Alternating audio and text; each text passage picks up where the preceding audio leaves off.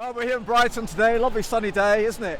And we're trying to keep people aware that COVID hasn't gone away, and more importantly, the whole globalist project hasn't gone away. So there's a lull at the moment. People can see, we look around you, very few people wearing masks. The vaccine mandates have gone, well, not completely, but the whole regime is kind of softened at the moment, so there's a lull, and the danger is that people relax, that people think this is all over, and it certainly isn't all over. All kinds of things are being done to completely change the relationship between the citizen and the state. Changes such as the police and crime bill, which will make it illegal to protest. You can be arrested just for one person complaining about your protest. There's the online safety bill, which is all about censorship. It's not about keeping children away from hard porn. It's about treating criticisms of the government and the COVID regime as dangerous misinformation, and fining or even imprisoning people just for giving their own view. And it could be an evidence-based, entirely rational view, but that could get you in big trouble with the authorities. And then you've got the World Health Organization planning to take over from national governments whenever a new pandemic is declared, and so there's all kinds of things going on. The Human Rights Act changes. Now that's all about using this concept of the common good, using it against us. So who decides on the common good? Is it you? Is it me? No, it's not the ordinary people. The common good will be whatever suits the elite, and of course they'll use all their methods of psychological operations to convince people that something is for the common good. But the Human Rights Act was built, propaganda, and the Human Rights Act was built around individual rights, individual freedoms, and that's being taken away. So that no longer will individual rights be able to trump the so-called collectivist approach of the common good.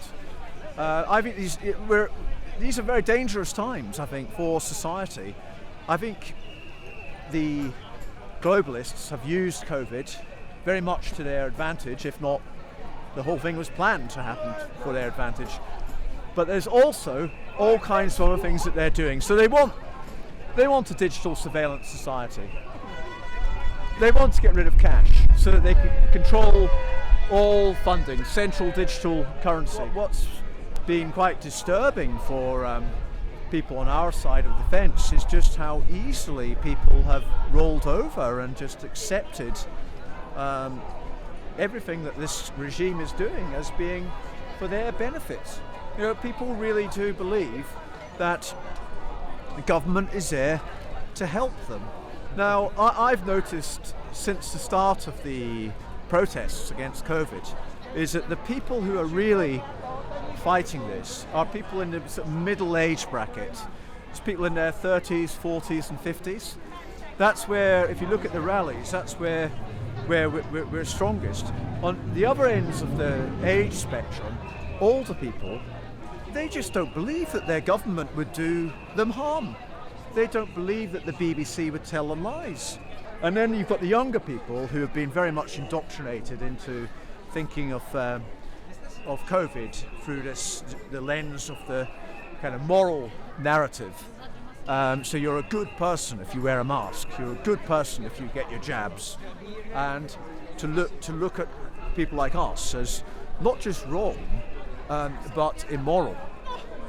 And when you are seen as immoral, it's a very slippery slope there then to demonization. And it was interesting how you had all these people in the media, like Andrew Neil, for example, saying that the unvaccinated need to be punished. and sadly, I think many people in society would actually support internment camps for people who refuse to follow the regime. You know, the White Rose group that does the stickers that get fixed to lampposts, and there's several of these stickers have got a theme about, you know, if you wondered how the German people Well, the White Rose was set up during World War II, I believe. That's right. In the Holocaust. That's right. They risked their lives, and many were executed. So they actually have that background in Nazi Germany. And the White Rose have a sticker about the 1930s in Germany, and how, if you ever wondered how the German people, that Germany, an advanced Western country, how the people were persuaded by Hitler's Nazis, why they supported him so much. And we know now, because there is something about authoritarianism that seems to attract people, and I think there's a demographic pattern here.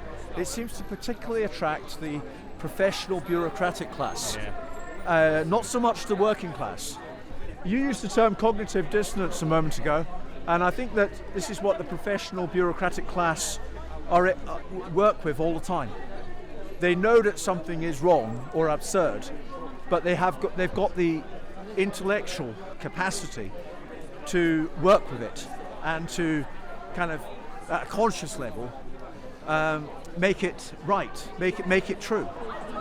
And I think that working class people tend to just see things as they are. So it's good to see so many people out today still keeping up the campaign, while sadly so many people on our side have kind of fallen asleep a bit, taken a break. An understatement. But we're still here. We're still making some noise. We will continue.